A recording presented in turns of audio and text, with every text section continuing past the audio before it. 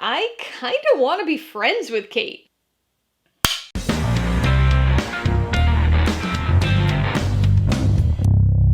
Hey everybody, welcome to Mainly Movies. Today I'm going to be talking about the 2021 action thriller, Kate, which will be released on Netflix on September 10th. A big thank you to Netflix for providing me with an early screener of this movie to review. If you're new here, please consider subscribing for a variety of movie-related content like reviews, rank lists, and trailer reactions. All my reviews include a breakdown of the pros and cons, my rating, and some tailored film recommendations, so be sure to watch through to the end of this video for all that extra content. Kate stars Mary Elizabeth Winstead, Woody Harrelson, and Miku Martineau, and was directed by Cedric Nicolas-Troyan. It tells the story of assassin Kate, played by Mary Elizabeth Winstead, who discovers she's been poisoned. With only hours left to live, she sets out on a mission to seek revenge. We're getting a lot of these types of movies lately, and I'm here for it. Much like other similar streaming action thrillers like Gunpowder Milkshake, I had been looking forward to this one for a while. But in this case, I never even saw the trailer. My excitement was based off the logline and that singular production still that was circulating on Twitter back in May when the movie was officially announced. And so, for months, I was checking the Netflix Media Center, hoping to see it finally pop up on the schedule. I don't exactly know why, but I love these types of movies. Action-intensive assassin revenge stories, especially ones that are female-led. Like I said, we've gotten quite a few movies like this lately, several in just the past few months, but I was feeling pretty optimistic about this one. And luckily, it did not disappoint. This movie is right up my alley. Like I already mentioned, I tend to really like these types of movies for whatever reason. That said, I have a feeling this will be a fairly middling movie for most people. It's certainly not high cinema or anything, but if you like this kind of action thriller stuff like I do, I think you're gonna have a good time with it. The story itself is pretty familiar. It's got an interesting flavor to it with the whole Yakuza thing, but we've seen almost all of its pieces before elsewhere. An assassin seeking revenge, a one last job scenario, an assassin getting stuck with the kid of a mark. Even the poisoning thing feels lifted from the likes of Crank. So if you're looking for a wholly original and unpredictable story, you'll want to search elsewhere. But if you're looking for an entertaining and bloody action movie, this is one for you. Given its premise, the action here is the obvious standout. This is a super bloody and violent movie, but it's also incredibly varied in its action too. We see Kate in her typical assassin role, sniping people from rooftops, but it's the close quarters hand-to-hand combat that's most exciting. With David Leitch serving as a producer, it's no surprise that elements of both John Wick and Atomic Blonde would seep into this movie. Kate makes use of the Wickian gun fu style throughout the film, and also gets creative in fights when she doesn't have a weapon, using whatever items are available to her, or just her fists sometimes. There's plenty of shooting, but there's also a lot of stabbing. Like, a lot of stabbing. And it's a pretty bloody affair. Intense, but not over-stylized in any way. Just quick, impactful, and really cool looking. In addition to the awesome fight choreography, the action's also filmed well. Nothing ever quite matches the stairwell scene from Atomic Blonde or some of the long unbroken takes in the John Wick movies, but we still get to see a lot of what's going on here, with some lengthy shots rather than just incessant quick-cut editing. I was surprised by how dynamically it was shot, with the camera nearly always moving as the characters do. And it's not just during the big action set pieces. We get these long tracking shots through new locations, and a couple scenes where the camera will circle around a table or a group of people as they talk in one long take. They're well done scenes, but they also just look really cool. One of my favorite examples of this comes fairly early on in the film, and the camera's tracking along with Kate as she runs across rooftops.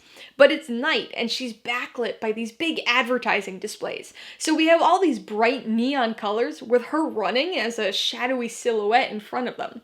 It's a gritty and bloody film, but it's also a stylishly shot one. As with the story, the character, Kate, is pretty familiar. You know, the badass, super capable assassin who's been wronged and goes out seeking revenge. We've seen it before, but luckily, I love that type of character, so I was more than happy with Kate. I think Mary Elizabeth Winstead is excellent in the role. I loved her as Huntress in Birds of Prey, and she brought a lot of that character to this role too. Very serious and driven, maybe a little less funny, but there was still some situational humor and entertaining facial reactions to things. Unfortunately, Kate's relationships with other characters weren't as good as I had hoped. She was okay with Varric, but her interactions with Ani wore thin pretty quickly. There just wasn't any chemistry between those two characters, which is a shame because we had seen something similar done so well just a few months ago in Gunpowder Milkshake. But Kate is very much a solitary character by nature, so it's not out of the realm of believability that she'd be pretty awkward around other people, especially kids. And speaking of believability, there's something that this movie does that so many others don't. Aside from a brief prologue, this film takes place over the course of a single night. All too often in movies like this, we see our hero get punched and thrown around, only to come out the other side with one perfectly placed cut on their cheek, ready to power on, completely unaffected by what they just went through. This movie takes the more believable route, like John Wick or Atomic Blonde. Kate's poisoned near the start of the film, and this has a significant impact on her body and her abilities throughout the movie. Additionally, she gets the crap beaten out of her while beating the crap out of other people. She has a rough night, but her injuries build up as the night goes on. She isn't able to keep doing the same thing she was doing towards the beginning of the movie, and actually looks like she went through the night we saw her go through. Kate is a solid action flick. It's got a very familiar plot and some lackluster character interactions, which do leave it feeling a little hollow, but that just means there's room for even more action in that empty space. The fight choreography is incredibly cool looking, and the progression of the action's believable, at least in the same way that a movie like John Wick feels believable. There is one bizarre CGI sequence that will leave you thinking of Too Fast, Too Furious, but luckily it's a singular occurrence, and the rest of the film is stylish, without being over-stylized. Kate probably isn't a movie that'll get people running out to the theaters, but if you like action thrillers, it's definitely worth the jog to your couch. Alright, let's talk about the pros and cons. Pro number one should come as no surprise. The action. This is what you come to a movie like this for, and it doesn't disappoint. There's some incredibly entertaining action here. It's brutal and bloody, but also dynamically filmed and creatively orchestrated. The fight choreography is great, and there's a lot of variety here. We see a number of different types of weapons being used here, everything from guns and knives to an AED machine or a grill. It's got enough grit to it that you feel the impact of the action, but it's still got some style to keep it fun. The second pro has got to be Mary Elizabeth Winstead. The character of Kate is one we've seen iterations of before in other films, but Winstead makes her compelling and interesting to watch. To quote Harley Quinn in Birds of Prey, she's so cool. Of course, that line was delivered in response to Winstead's Huntress character, but Kate pretty much feels like a non-comic book version of that character. Kind of an alternate universe Huntress.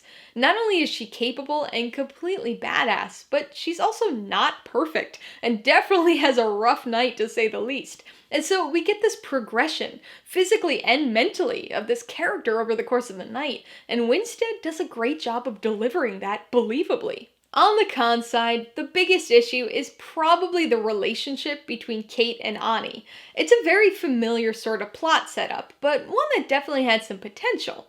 Unfortunately, it's just not a good pairing.